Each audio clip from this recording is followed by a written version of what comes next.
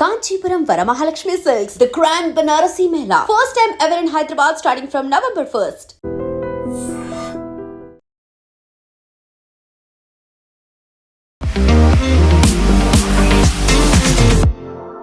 నేను భారతీయ ముస్లిం మహిళను, అది తలాక్ కాదు ఒక మజాక్ అనే మాటలతో నినాదంతో ఒక సినిమా వచ్చింది. హిందూ వర్సెస్ ముస్లిం యాంగిల్ కూడా తీసుకురాగలి. అంటే ముస్లిం పర్సనల్ లా ఇంపార్టెంటా, భారతదేశంలో ఉన్న లా ఇంపార్టెంట్?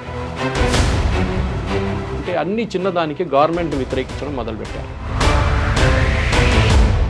కానీ నాకు బాధ ఏమనిపించింది, ఆ రోజు మల్కాజిగిరి సిసిపిఎల్ సినిపాలిస్లో లేనప్పుడు 20 మంది ఉన్నారు థియేటర్లో. వాళ్ళు ప్రతిదాన్ని రాజకీయాలకు ఉపయోగించుకుంటున్నారు, ప్రతిదాన్ని వాళ్ళకు ఓట్లు పడడానికి ఉపయోగించుకుంటున్నారు. అందువల్లే ఈ సినిమా కూడా ఇప్పుడే వచ్చింది, this is the right time అనేది. బీహార్ ఎలక్షన్ కన్నా ముందు, జస్ట్ ముందు వచ్చింది సినిమా. నమస్తే, నేను Kavitha. Welcome to I Dream News and నిజాలు.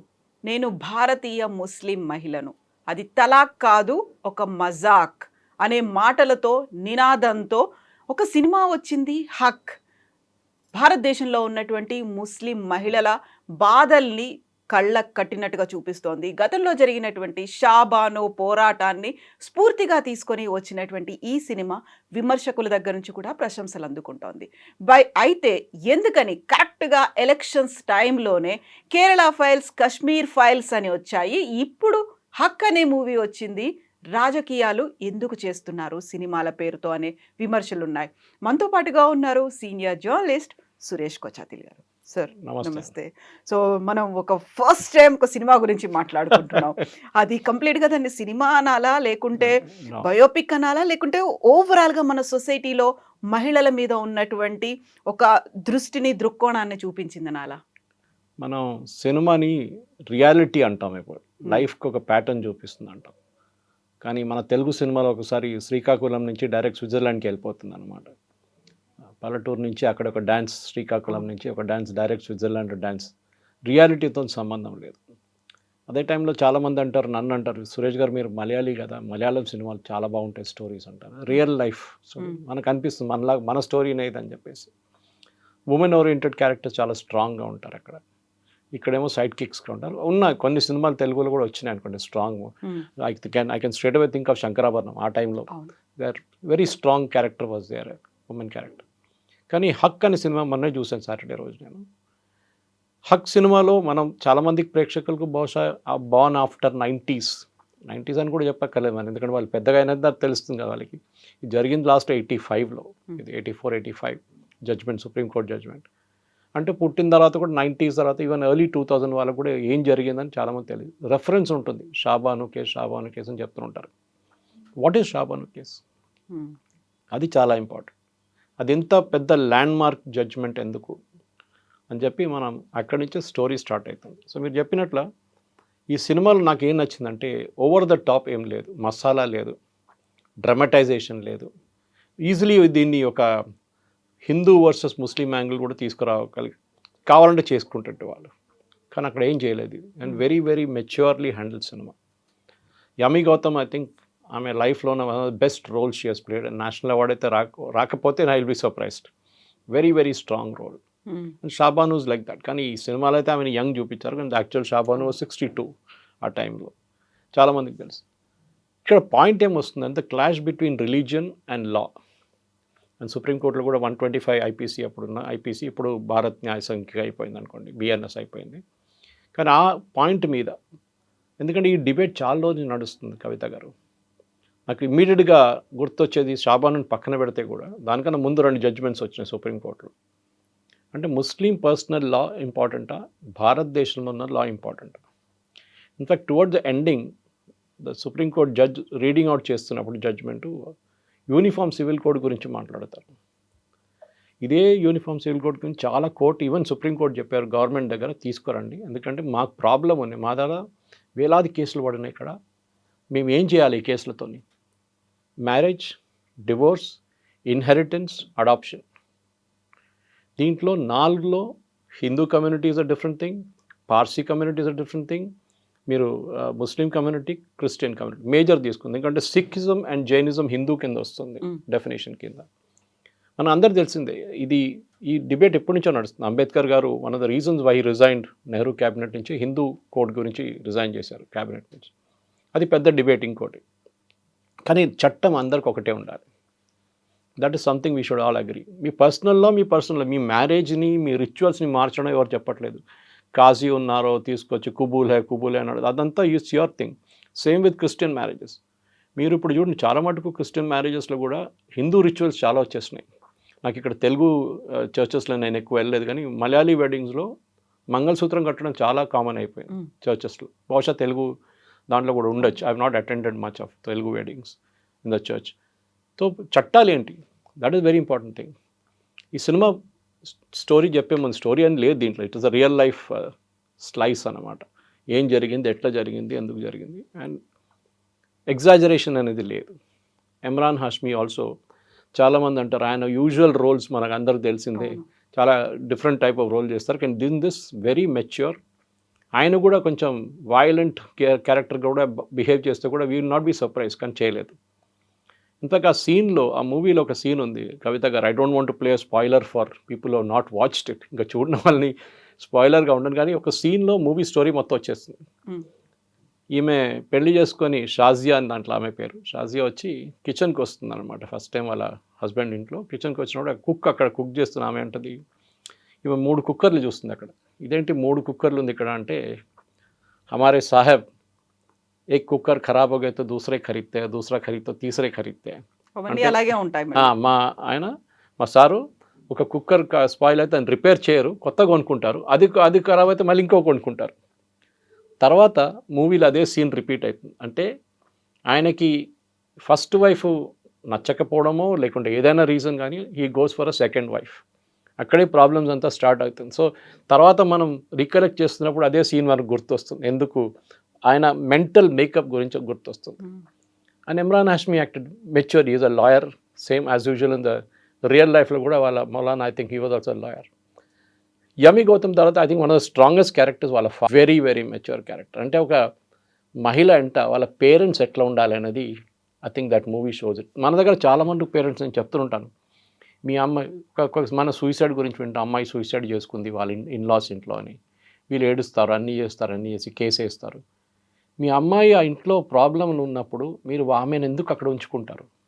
You should bring her back. As a parent me responsibility. పోనీ సొసైటీ ఏం చెప్తారో, తీసుకొస్తే మళ్ళీ మా ఇంట్లో పక్కన వాళ్ళు ఏమంటారో, పెళ్లి చేసుకుంది ఇక్కడ ఎందుకు ఉంటున్నారో అని అంటారు. కానీ జీవితం ఇంపార్టెంటా లేకుంటే మీ సొసైటీ ఏం చెప్తున్నా అది ఇంపార్టెంటా? అవమానాలు అనే ఒక ఫీల్ ఉంటుంది అక్కడ. అది ఇప్పుడు కూడా పేట్రియాకల్ అని మాట్లాడతారు చూడండి. పేట్రియాకల్ కాదు, in this movie the father is the strongest character ఇక్కడ. అది చాలా important. Even Muslim personal law board ముందు జరిగే ఒక ఆర్గ్యుమెంట్లో ఈమె ఖురాన్ గురించి చెప్తుంది. She is a authority on Quran that in the movie Yami Gautam is shown as.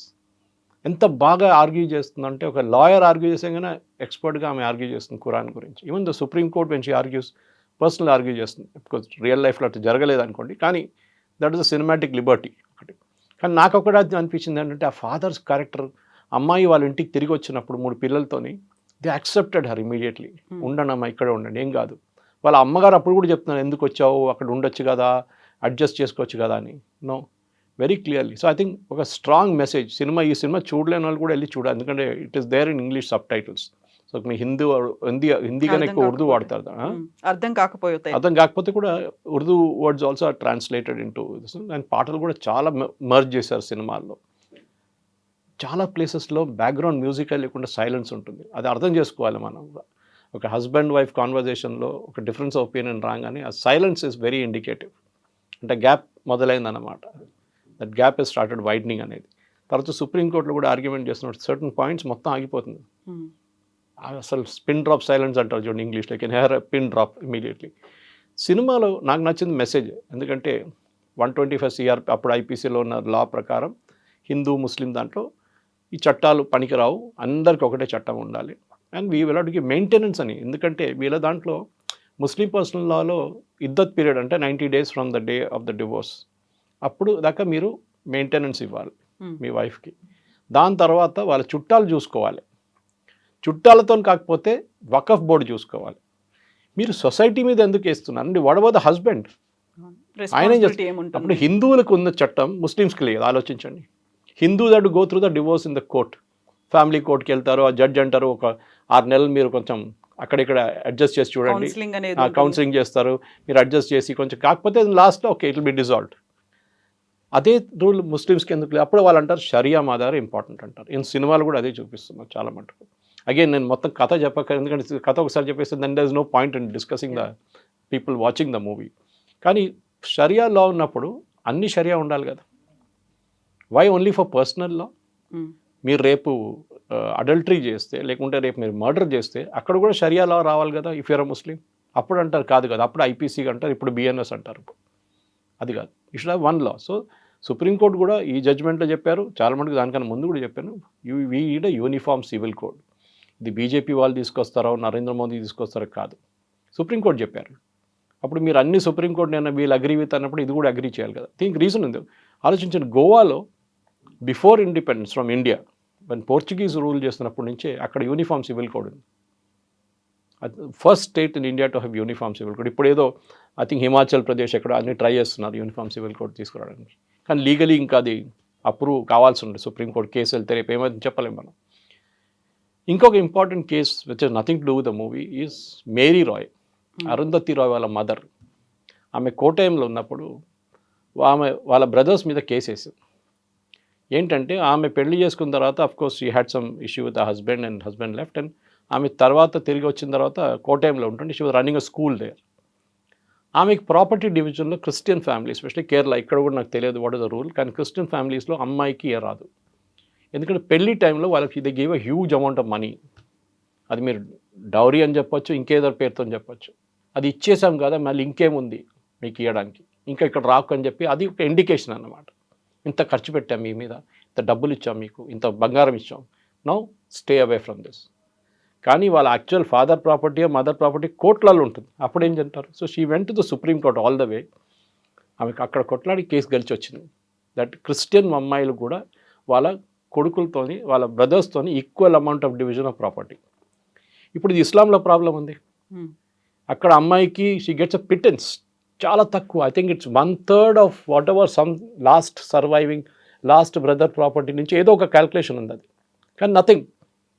ఇప్పుడు మా దాంట్లో నాయర్ మేనన్ కమ్యూనిటీ ఫ్రమ్ కేరళ, మర్మత్తక్క ఏమంటారు మా దాంట్లో, that is we take the mother's house name. Kochattil అనేది మా అమ్మగారి ఇంటి పేరు కేరళ. మా వారసత్వం అమ్మగారి సైడ్ నుంచి వస్తుంది, నాన్నగారి సైడ్ నుంచి కాదు. ఇప్పుడు కొంచెం మారింది అనుకోండి అక్కడ ఇక్కడ. ఇప్పుడు అమ్మాయిలందరూ వాళ్ళ ఫాదర్ పేరే వాడుతున్నారు చాలామంది. కానీ ప్రాపర్టీ డివిజన్ టిల్ రీసెంట్లీ అంటే ఒక 20 years ముందు దాకా మొత్తం ప్రాపర్టీ అమ్మాయికి వెళ్ళిపోతుండే కంప్లీట్గా. కానీ ఇప్పుడు కొంచెం మారింది అనుకోండి. ఇప్పుడు చాలామంది అమ్మాయిలు అంటున్నారు we will share with our brothers, మాకెందుకు గొడవ, ఒకటే వాళ్ళు అమ్మకు పుట్టాం కదా మేమందరం, వీ విల్ డివైడ్ అని చెప్పి డివైడ్ చేసుకుంటున్నారు. కానీ ఆలోచించడం ఎందుకు చేశారు, ఆ సిస్టమ్ ఎందుకు తీసుకొచ్చారంటే ఒక సెక్యూరిటీ అమ్మాయికి. ఈ సినిమాలు కూడా అంతే కదా, మెయింటెనెన్స్ కోసం చిన్న అమౌంట్ 140 రూపాయలకు ఆ రోజున్న అమౌంట్కి అడిగితే నేను అది కూడా ఇవ్వను పో అని చెప్పిన మనిషి. సో వీళ్ళకి ఒక ఫైనాన్షియల్ సెక్యూరిటీ కావాలంటే ఒక ప్రాపర్టీ మీ పేరు మీద ఉంటే మీకు ఒక ఫైనాన్షియల్ సెక్యూరిటీ ఉంటుంది. రేపు ఎవడైనా ఇక్కడ నుంచి దిగు బయటికి వెళ్ళని చెప్పడానికి వాళ్ళకి అధికారం లేదు. ఇక్కడ ఈ రోజుల్లో మనం ఏం చూస్తున్నాం అంటే కవిత గారు, చాలా మట్టుకు ఇప్పుడు సినిమాలు చూపించే కానీ రియల్ లైఫ్లో కూడా మనం చూస్తున్నాం, young couples they not able to adjust ఎక్కువ. పాత దాంట్లో మనం ఇంట్లో ఎట్లనో అడ్జస్ట్ ఇదే సేమ్ సొసైటీ ఏం చెప్తారో వాళ్ళు ఏమనుకుంటారో వద్దని చెప్పేసి. కానీ ఇప్పుడున్న వాళ్ళకి ఆ కమ్యూనికేషన్స్ లింక్ ఎప్పుడో స్నాప్ అయిపోయింది. చిన్న దాని మీద ఆర్గ్యుమెంట్లు మొదలై డివోర్స్. ఇప్పుడు మీరు ఫ్యామిలీ కోర్టుకి వెళ్తే నాంపల్లి కానివ్వండి, సికింద్రాబాద్కి వెళ్తే ఎంతోమంది వెయిట్ చేస్తుంటారు డివోర్స్ కోసం. అంటే వాళ్ళకి పేషెన్స్ లేదు, they don't have patience to deal. Difference opinion ఉంటుంది ఎవరికైనా, నో మ్యారేజ్ ఇస్ పర్ఫెక్ట్, అక్కడ ఇక్కడ ఏదైనా ఇష్యూస్ ఉంటుంది ఎప్పుడు. But you have to somehow realise but better good, at least పిల్లలు పెద్ద అయ్యేదాకా చూసుకుంటారు. సో హక్లో కూడా ఆమె వాళ్ళ పిల్లల కోసం కొట్లాడుతుంది. 3 పిల్లలు ఉన్నారు, ఒక అమ్మాయి 2 అబ్బాయిలు. వాళ్ళ కోసం ఆమె చెప్తుంది, నా కోసం కాదు డబ్బులు, వాళ్ళ కోసం. చిన్న పని చేసుకుని కుట్ల మిషన్ పెట్టుకుని ఆమె పాపం ఆమె ఇంట్లో షీఈ్ మేకింగ్ సమ్ మనీ. కానీ వీళ్ళ దగ్గర 140 రూపాయలు ఇవ్వమంటే నేను ఇయ్యను పో, నువ్వేమైనా చేసుకో, మా పర్సనల్ లా ఇదే చెప్తుంది. That is where I'm Singh personal law and professional లాలో చాలా డిఫరెన్స్ ఉంటుంది. మీరు ఒక దేశంలో మన సెక్యులర్ దేశం అంటాం మనం. సెక్యులరిజం అని మన దేశంలో తప్ప అట్లని కాన్సెప్టే లేదు యాక్చువల్లీ. సెక్యులరిజం వర్డ్ వచ్చింది ఇంగ్లాండ్ నుంచి, చర్చ్ ఆఫ్ ఇంగ్లాండ్ నుంచి, అండ్ స్పెషలీ వాళ్ళ పార్లమెంట్ నుంచి, House of Lords. House of లార్డ్స్లో 18th century 19th centuryలో కూడా చాలామంది బిషప్స్ వచ్చి కూర్చుంటారు అక్కడ. వాళ్ళ దగ్గర బిషప్స్ ఆర్ నామినేటెడ్. మన దగ్గర చేస్తే ఆలోచించండి ఒకసారి. కొంచెం స్వామీలు తీసుకొచ్చి రాజ్యసభలో కూర్చోబెడితే అంతే సంగతి ఇక్కడ. ఎనీవే అక్కడ అది చేస్తున్నారు. సో వాళ్ళు ఏం చేశారంటే అన్ని చిన్నదానికి గవర్నమెంట్ని వ్యతిరేకించడం మొదలుపెట్టారు, అక్కడున్న బ్రిటిష్ గవర్నమెంట్ని. సో గవర్నమెంట్ ఏమన్నారు లాస్ట్లో వచ్చేసి అన్నారు, మీరు మీ పని చూసుకోండి, మేము మా పని చూసుకుంటాం. You run the church, we will run the government. ఈ రెండు కనెక్షన్ రాకూడదని చెప్పి దట్ ఈస్ వేర్ సెక్యులరిజం అని కాన్సెప్ట్ వచ్చింది. Church and state or separate. వాళ్ళ దగ్గర చర్చ్ ఇస్ ద రిలీజియన్, అంటే వాళ్ళ ప్రొటెస్టెంట్, ఇంగ్లాండ్లో ప్రొటెస్టెంట్ రిలీజియన్, యూఎస్లో క్యాథలిక్ ఉంటుంది. ఇది సెక్యులరిజం అక్కడి నుంచి. మన దేశంలో ఎట్లా వస్తుందండి సెక్యులరిజం? సో మన దేశంలో సెక్యులరిజం మీనింగ్ ఏంటంటే if you are a Hindu or if you are don't take anything you are secular. Moment మీరు మాట్లాడితే ఇమీడియట్ అంటారు చూడండి, మోదీ గారు కానీ ఎవరు వీళ్ళు కమ్యూనల్ అయిపోయారు అని. Anyway that's a different debate. కానీ ఈ సినిమాకు తిరిగి వచ్చేదాకా సినిమాలో ఉన్న మూమెంట్స్ చాలా మట్టుకు చాలా, ఇప్పుడు లీగల్ ఫెటర్నిటీ కూడా చాలామంది రివ్యూస్ చదివాను నేను. They also agree that this process is కరెక్ట్గా చూపించాం. మన యూజువలీ మన కోర్ట్ రూమ్ డ్రామాస్ అది కొంచెం ఓవర్ ద టాప్ వెళ్ళిపోతుంది. తారీఖ్ పే తారీఖ్ అని చెప్పి మన సనీ దియోల్ అది కాకుండా చాలా మటుకు కోర్ట్ రూమ్ డ్రామాస్ డ్యామేజ్ కోసం కానీ డివోర్స్ కోసం ఏదైనా కోర్టులో చిన్న ఆర్గ్యుమెంట్ జరిగితే కూడా అది డ్రామాటైజ్ చేసి చూపిస్తారు. అది అక్కడ కాదు. In fact one of the junior judges, I think it is magistrate లెవెల్లో ఈ కేసు ఫస్ట్ వచ్చిన అని అడుగుతారు, మీరు ఎందుకు కోర్టుకు వచ్చారు, మీ పర్సనల్ లా బోర్డు ఉంది కదా అక్కడికి వెళ్ళండి మీరు అని చెప్పి. It is a real point at that point. ఎందుకంటే ఆ లెవెల్లో అట్లా ఆలోచించారు. సుప్రీంకోర్టులో అట్లా చెప్పలేదే. They took up the case. హైకోర్టులో కూడా తీసుకున్నారు and they give a judgement which the supreme court upheld, correct అని చెప్పారు. సో మెయింటెనెన్స్ ఇవ్వడం అనేది ఒక షాబాను కేసు నుంచి వచ్చినప్పుడు మన అందరు తెలిసిందే, it was a huge change అప్పుడు ఆ రోజుల్లో. దాంట్లో ఇంకొక పాయింట్ ఏంటంటే ట్రిపుల్ తలాక్. ఒక మనిషి, ఒక మేల్ మెంబర్ కోపం వచ్చి తలాక్ అని అయిపోయింది పెళ్ళి. దాన్ని ఇప్పుడు మోదీ గవర్నమెంట్ వచ్చిన తర్వాత తీసేసి దాన్ని క్రిమినలైజ్ చేసేసారు మొత్తం.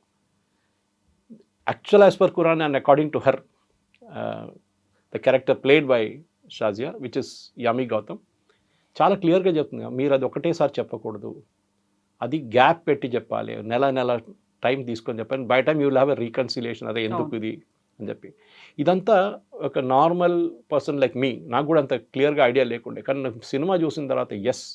కానీ నాకు బాధ ఏమనిపించింది, ఆ రోజు మల్కాజిగిరి CCPL సినిపాలిస్లో వెళ్ళినప్పుడు 20 మంది ఉన్నారు థియేటర్లో. ఓకే, ఇట్లాంటి మంచి సినిమాలకు కలెక్షన్ బాగానే ఉందంటున్నారు, కానీ మన దగ్గర కూడా అప్రిషియేట్ చేసే ఆడియన్స్ లేరు. మన దగ్గర హీరో వచ్చి 40 మందిని కొడితేనే సినిమా. అది కాకుండా సినిమా కాదు. అది ఒక 5 పాటలు లేకుండా సినిమా లేదు. అది కూడా డిస్కో లాంటి పాటలు, అది ఇది ఫ్లో షార్ట్ 400 మంది డ్యాన్స్ చేస్తున్న షార్ట్స్ ఉంటే అది సినిమా. రియల్ లైఫ్ సినిమా చూడడానికి చాలామంది అంటారు ఇక్కడే ఇంట్లోనే ఏడుచుకుంటాం, మళ్ళీ అక్కడ వెళ్ళి ఎందుకు ఏడవడం మళ్ళీ థియేటర్లో అని చెప్పేసి. అది కూడా బహుశా లైఫ్ లైక్ చూడకుండా చాలామంది నచ్చదేమో. But I said that difference in Kerala. చాలా మటుకు అక్కడ ఉన్న మూవీస్, ఒక టైంలో ఊర్వశి శారద, మన actress Sharada, she used to come and act there. ఆమె చెప్తుండే కూడా that the characters there are so powerful. And ఆమె కూడా నేషనల్ అవార్డు వచ్చిన సినిమాలో she was very powerful character in that movie. So దీంట్లో కూడా Yami Gautam, even the second wife played by another actors which she was also really good. ఆమె కూడా చాలా బాగా, అన్ని క్యారెక్టర్స్ ఎక్కువ లేరు దాంట్లో, ఐ థింక్ మ్యాక్సిమం 20 మంది ఉంటారు క్యారెక్టర్స్గా, కానీ అందరూ వాళ్ళ రోల్స్ చాలా బాగా ప్లే చేశారు. కొంతమంది రివ్యూస్కి ఏమనిపిస్తుందంటే కొంచెం ఇంకా అగ్రెసివ్గా ఉంటే బాగుంటుండే, ఇంకా ఈ కేసు కొంచెం ఎక్స్పాండ్ చేస్తే బాగుంటుంది. కానీ 2 గంటలు 15 నిమిషాల్లో సినిమా ఫినిష్ చేసేసారు. దానికి ఈజీగా మీరు 2.5 hours 2 hours 45 minutes కూడా డ్రాగ్ చేసుకోవచ్చు, కానీ డ్రాగింగ్ అయిపోతుండే అసలు. బట్ టు ద పాయింట్ ఏం జరిగింది, షాబాను కేసు ఏంటి, లాస్ట్లో రాసి చూపిస్తారు that this is what happened. Supreme court ruling వచ్చిన తర్వాత మన అందరికీ తెలుసు రాజీవ్ గాంధీ గారు ఏం చేశారని. ఉన్న ముస్లిం ఉలేమాలు వీళ్ళందరూ వచ్చి ప్రెషర్ పెట్టి ముస్లిం పార్టీ పెట్టినప్పుడు ఈ జడ్జ్మెంట్ని రివర్స్ చేసేసారు. ఆయన చేసిన అన్నిటికంటే పెద్ద తప్పు. ఈవెన్ టుడే కాంగ్రెస్ ఎక్కడి నుంచి కిందకి దిగిందంటే ఆ పాయింట్ నుంచి కాడింది. ఈ రోజు దాకా కాంగ్రెస్ రికవర్ కాలేదు. ఏ రోజు రాజీవ్ గాంధీ గారు చేశారో, ఆ తప్పు చేశారో, ది హిందూ స్టార్టెడ్ రియలైజింగ్ ఇది ఒక కమ్యూనిటీ కోసం, ఒక రిలీజియన్ కోసం ఈయన మొత్తం చట్టమే మార్చేస్తున్నాడు, సుప్రీంకోర్టునే ఇచ్చిన డిసిషన్ మార్చేస్తున్నాడు, మళ్ళీ మేమేం చేయాలని చెప్పేసి. ఆ రోజు నుంచి చూడండి, Congress he's never got a majority of its own. ఎప్పుడు రాలేదు వాళ్ళకి మెజారిటీ 84 తర్వాత. That is the year which Indira Gandhi got kill. ఆ సింపతి వేవ్లో వచ్చిన దాని తర్వాత రాజీవ్ గాంధీ గారు చనిపోయినప్పుడు కొంచెం సింపతి వేవ్ వచ్చింది అనుకోండి, కానీ that didn't last for long. The problem is simple, that కాంగ్రెస్కి ఆ రోజు చేసిన తప్పు, రాజీవ్ గాంధీ గారు చేసిన తప్పు ఇవాళ దాకా వాళ్ళు అగ్రీ చేయట్లేదు. మోదీ గారు ట్రిపుల్ తలాక్ చేసినప్పుడు వీళ్ళంతా ఇంత పెద్ద గొడవ చేశారు, కానీ ముస్లిం మహిళలు దాన్ని అప్రిషియేట్ చేశారు. మీ personal law is your personal law. మళ్ళీ అది రిపీట్ చేస్తున్నాను నేను. సిక్కిజంలో మీ గురుద్వారాలో పెళ్లి జరుగుతుంది, that is very very sacrosanct, దాంట్లో చేంజెస్ లేదు. Jain community same thing, Parsi same thing. వీళ్ళందరికీ సపరేట్ చట్టాలు, కానీ they all come under the uniform civil code. ఇప్పుడు పార్సీ చూడండి, పార్సీ దాంట్లో ఇఫ్ ఎ పార్సీ గర్ల్ ఒక బయట నుంచి ఇంకో రిలీజియన్ ఆయన పెళ్లి చేసుకుంటే షీఈ్ ఎక్స్కమ్యూనికేటెడ్ ఫ్రమ్ ద ఫెయిత్. ఆమెను రానియర్, మరి పార్సీలోకి కలుపుకోరు. అండ్ ఆమె ఫైర్ టెంపుల్, వాళ్ళ టెంపుల్ లోపల రానియరు. అగైన్ ఒక డిస్ప్యూట్. ఆ టైంలో ఇప్పుడు కూడా వాళ్ళ పాపులేషన్ చాలా తక్కువ. మీరు ఏం చేస్తారు? మీరు ఆ పాపులేషన్ తక్కువ ఉన్నప్పుడు you have to increase the population, అంటే you have to marry outside the faith. కానీ వాళ్ళ ఓన్ రిలీజన్, వాళ్ళ ఓన్ ఫెయిత్, ఎందుకంటే వాళ్ళు పార్సీ వాళ్ళందరూ వచ్చింది ఇరాన్ నుంచి వచ్చారు, మనకు అందరూ తెలిసింది, అక్కడి నుంచి వచ్చిన రిలీజన్ అది. కానీ మన దగ్గర కూడా చాలా మటుకు ఒక మిస్అండర్స్టాండింగ్ లోపల సినిమాలు చాలా బాగా చూపిస్తారు. That she is fighting for a cause, not for anything else. Cause కోసం ఫైట్ చేస్తున్నాను నేను, మా పిల్లల కోసం ఫైట్ చేస్తున్నాను. And that has come out very very strong in the cinema. చాలా బాగా చేశారు. నాకు నచ్చింది ఏంటంటే ఎన్నో ప్లేసెస్లో ఒక మసాలా కలపడానికి ఈజీగా ఛాన్స్ ఉండే, కొంచెం ఏడవడం ఎక్కువ, లేకుంటే సింపతి ఫ్యాక్టర్ తీసుకురావడంలో ఏం చేయలేదు. రియల్ లైఫ్ లాగా చూపించారు. బహుశా కొంతమందికి నచ్చకపోవచ్చు, ఎందుకంటే చాలా సీరియస్ సినిమా, ఏంటిది పాటలు ఎక్కువ లేవు, పాటలు అస్సలు లేవు, సాంగ్స్ ఆర్ ఇన్ బిట్వీన్ ఇట్లా తీసుకొస్తున్నారు, కానీ రన్నింగ్ అరౌండ్ ద ట్రీస్ ఏం లేదన్నమాట అక్కడ, అసలు ఏం పెట్టలేదు వాళ్ళు. బట్ ఓవరాల్ ఐ థింక్ ఒక స్లైస్ ఆఫ్ లైఫ్ అని చెప్తాం మనం. ఎందుకంటే పాత బాసు చాటర్జీ సినిమాలు, అప్పుడున్న సినిమాలు అంతా చూస్తే మనకు ఫ్యామిలీ డ్రామా అని చెప్తుంటాం మనం ఇప్పుడు. బహుశా అట్లానే ఒక ఫ్యామిలీ డ్రామా అది, different genre. Of course Chhoti Si Baat ఉండొచ్చు, ఆ టైంలో ఘరోండా ఉండొచ్చు. ఆ సినిమాలు అన్నీ చూస్తే ఒక స్లైస్ ఆఫ్ లైఫ్ తీసుకొచ్చారు, ఒక రియల్ స్టోరీని తీసుకొచ్చారు. బహుశా ఇట్లాంటి చాలా లీగల్ స్టోరీస్ ఉండొచ్చు మన దాంట్లో, కానీ షాబాను కేసు ఒక టర్నింగ్ పాయింట్ ఉండే ముస్లిం పర్సనల్ లాలో, ముస్లిం మహిళల కోసం, రైట్స్ కోసం. అండ్ దాట్ ఐ థింక్ చాలా బాగా రిఫ్లెక్ట్ చేశారు ఈ సినిమా. 1985లో అయిన ఇష్యూ, ఆ తర్వాత ముస్లిం పర్సనల్ లా బోర్డు షరియా గురించి చాలా మాట్లాడుకున్నారు. 2019లో అనుకుంటాను ట్రిపుల్ తలాక్ని బ్యాన్ చేశారు. But now we are in 2025. ఎందుకని ఇంత గ్యాప్ తీసుకొని, అది కూడా బ్యాకప్ ఏమైనా బీజేపీ లాంటి ఒక ఆర్గనైజేషన్ ఏమైనా చేస్తుందా అనేది? కేరళ ఫైల్స్ ఎలక్షన్స్ ముందు వచ్చింది అన్నారు, కశ్మీర్ ఫైల్స్ కూడా అలాగే వచ్చిందని. బీహార్ ఎలక్షన్స్ టైంలోనే హక్ అనేది రావడం కూడా, వాళ్ళు ప్రతిదాన్ని రాజకీయాలకు ఉపయోగించుకుంటున్నారు, ప్రతిదాన్ని వాళ్ళకు ఓట్లు పడ్డానికి ఉపయోగించుకుంటున్నారు. అందువల్లే ఈ సినిమా కూడా ఇప్పుడే వచ్చింది, this is the right time అనేది. బీహార్ ఎలక్షన్ కన్నా ముందు, జస్ట్ ముందు వచ్చిన సినిమా ఇది. సో బీహార్ ఎలక్షన్ని ఇన్ఫ్లుయెన్స్ చేయడం, ఇంపాక్ట్ చేయడం ఏం లేదు, ఎందుకంటే ఒకటే స్టేట్ అది. కానీ ఐ థింక్ ఓవరాల్ ఇప్పుడు మీరు నెక్స్ట్ ఎలక్షన్ 2029 ఎలక్షన్ ముందు తీసుకొచ్చారంట. అప్పుడు అంటారు ఎలక్షన్ ముందు ఎందుకు తీసుకొచ్చారంటారు ఆ టైంలో. లేదు, టైం లేదండి దేనికి. ఇప్పుడు కేరళ ఫైల్స్లో చూపించిన స్టోరీ ఐ వాజ్ ఇన్వాల్వ్డ్, ఒక పార్ట్ దాకా నేను ఇన్వాల్వ్డ్ ఉన్నాను దాంట్లో. కొన్ని దాంట్లో యాక్ట్ చేసిన క్యారెక్టర్స్ని రియల్ లైఫ్ క్యారెక్టర్స్తో డీల్ చేశాను నేను, ఇంటర్వ్యూలు కూడా చేశాను వాళ్ళతో, కేరళలోని అమ్మాయిలతో. ఆర్ష విద్యా సమాజం అని చెప్పి ట్రివాండ్రంలో 6,000 మంది అమ్మాయిల్ని తిరిగి హిందూ కమ్యూనిటీకి తీసుకొచ్చారు వాళ్ళు. వీళ్ళందరి లవ్ జిహాద్లో తీసుకెళ్ళి they have bought them back. So ఎవరైనా అంటే లేదు 3 అమ్మాయిలు వెళ్ళారు 30,000 వెళ్ళలేదంటే ఆర్ష విద్యా సమాజంకి వెళ్ళండి, ట్రివాండ్రంలో మనోజ్ అని చెప్పి అక్కడ chief, he is main man there, Acharya Manoj, ఆయన కలవండి. చాలామంది అమ్మాయిలు ఉన్నారు అక్కడ, వాళ్ళని కలవండి. They are full time volunteers. ఈ అమ్మాయిలు తీసుకొస్తున్న వాళ్ళని కౌన్సిల్ చేయడం, రిటర్న్ తీసు. సో స్లైస్ ఆఫ్ లైఫ్ ఉండే అది కూడా. కశ్మీర్ ఫైల్స్ ఎక్కడ తప్పండి, పండితులతో జరగలేదా? అది జరిగిందే కదా. దాంట్లో చూపించిన సీన్, ఎయిర్ ఫోర్స్ ఆఫీసర్ ముగ్గురిని చంపుతున్నది టెర్రరిస్ట్ యసీన్ మలిక్ చూపిస్తే అప్పుడు చూపించలేదండి, అది కూడా చూపించారు ఆ టైంలో. అంత జరిగిందే. కానీ ప్రాబ్లం ఎక్కడంటే మనకి పొలిటికల్ ఇన్కన్వీనియన్స్ ఉంటుంది. అది చూపించగానే ఎందుకు అయిపోయింది కదా మొత్తం, మళ్ళీ క్యో దీంట్లో అంటారు, ఒక డైలాగ్ కూడా ఉంది, క్యో ముర్దోంకో ఫిర్ నికల్ రే బార్, అంటే చనిపోయిన వాళ్ళని మళ్ళీ మీరు ఎందుకు బయట తీస్తున్నారు, గడే ముర్దో క్యో బాహర్ నికల్ రే అని. సో లెట్ స్లీపింగ్ డాగ్స్ లై అంటారు, కానీ షిండ్లర్స్ లిస్ట్ చూసుంటారు మీరు, your seen classic movie, real life story. మళ్ళీ దాంట్లో కూడా చెప్పొచ్చు కదా, ఎందుకండి ఎప్పుడూ అయిపోయిన నాట్సీది, ఎప్పుడూ అయిపోయిన జ్యూస్తో మళ్ళీ ఎందుకు తీసుకొచ్చారు ఇదంతా. సో సినిమాలు అనేది they are a part of life. మన ప్రాబ్లం ఏంటంటే మనం దాన్ని ఎంటర్టైన్మెంట్గా చూసుకుంటాం. షిండ్లర్స్ లిస్ట్ వచ్చినప్పుడు అందరు చప్పట్లు కొట్టారు, ఆస్కర్ ఇచ్చారు, Steven Spielberg became N instant celebrity. Not that he was not, దానికన్నా ముందు కూడా ఆయన సెలబ్రిటీ. జరిగిన రియల్ లైఫ్ ఇన్సిడెంట్ అది. ఇంకా చాలా ఉన్నాయి మన దాంట్లో. ఇప్పుడు సాంబాజీ సినిమా వచ్చింది, వచ్చేప్పుడు చాలామంది అన్నారు ఇది నిజమా? Yes, it's a real life story. అప్పుడు దాకా శివాజీ తెలుసు కానీ సాంబాజీ ఎవరని తెలియదు. సో మన పిల్లలకు కూడా it's like A history lesson. అది ఇది for the mature audience this is a history lesson. ఏం జరిగింది అప్పుడు, ఇప్పుడున్న యంగ్స్టర్స్కి, ఇప్పుడున్న 25, 30, 40 ఉన్న వాళ్ళు కూడా 1985లో ఏం జరిగింది అప్పుడు, ఎట్లాంటి ఒక lady with absolute no support from society, వాళ్ళ సొసైటీ నుంచి ఆమెను బయటకు తీసేశారు వాళ్ళు రిలీజన్ కోసం. రిలీజన్ మీరు మా రిలీజన్ని తీసుకెళ్ళి మీరు కోర్టు దాకా తీసుకొస్తారని డైలాగ్ కూడా ఉంది ఆ సినిమాలో. ఎందుకు తీసుకొచ్చావు మన రిలీజన్, ఎందుకు తీసుకెళ్ళావు కోర్టు దాకా? అప్నా షరియాకు క్యో లేకే కోర్టు తక్. That is the fight. దాన్ని మనం అప్రిషియేట్. అది రిలీజన్ అని సంబంధం లేదు, ఎనీవేర్. నేను చెప్తున్నాను ఇప్పుడు కూడా చాలామంది నాకు అప్పుడే బాధ అనిపిస్తుంది, హెరాస్మెంట్ చేస్తున్న చాలామంది అమ్మాయిలు పాపం వాళ్ళు they are suffering in silence. Please do, ఈ సినిమా ఒక మోటివేషన్గా తీసుకోండి. మీకు ఒక సపోర్ట్ సిస్టమ్ ఉంటుంది, మీకు అడ్వకేట్లకి డబ్బులు ఇవ్వడం అదంతా సెకండరీ. ఫ్రీగా ప్రోబోనో పనిచేసేటోళ్ళు చాలామంది ఉన్నారు, సొసైటీలో ఉన్నారు చాలామంది, కౌన్సిలింగ్ చేసే మీలాంటి వాళ్ళు ఉన్నారు. You can go and motivate people and say no, you should stand up and fight. And Shah Bano case was one such case. ఒక ముస్లామే పాపం ఏం లేకుండా 140 రూపాయలు మెయింటెనెన్స్ ఇయరా నెలకని చెప్పి, and that other guy is a lawyer, very rich lawyer. నేను ఇవ్వను పో, మా రిలీజన్ పర్మిట్ చేయట్లేదంటే ఎంటైర్ కేసుని తీసుకొచ్చి సుప్రీంకోర్టు దాకా వెళ్ళిన దాన్ని మెచ్చుకోవాలి. And that is a slice of history మనకు చూపిస్తుంది.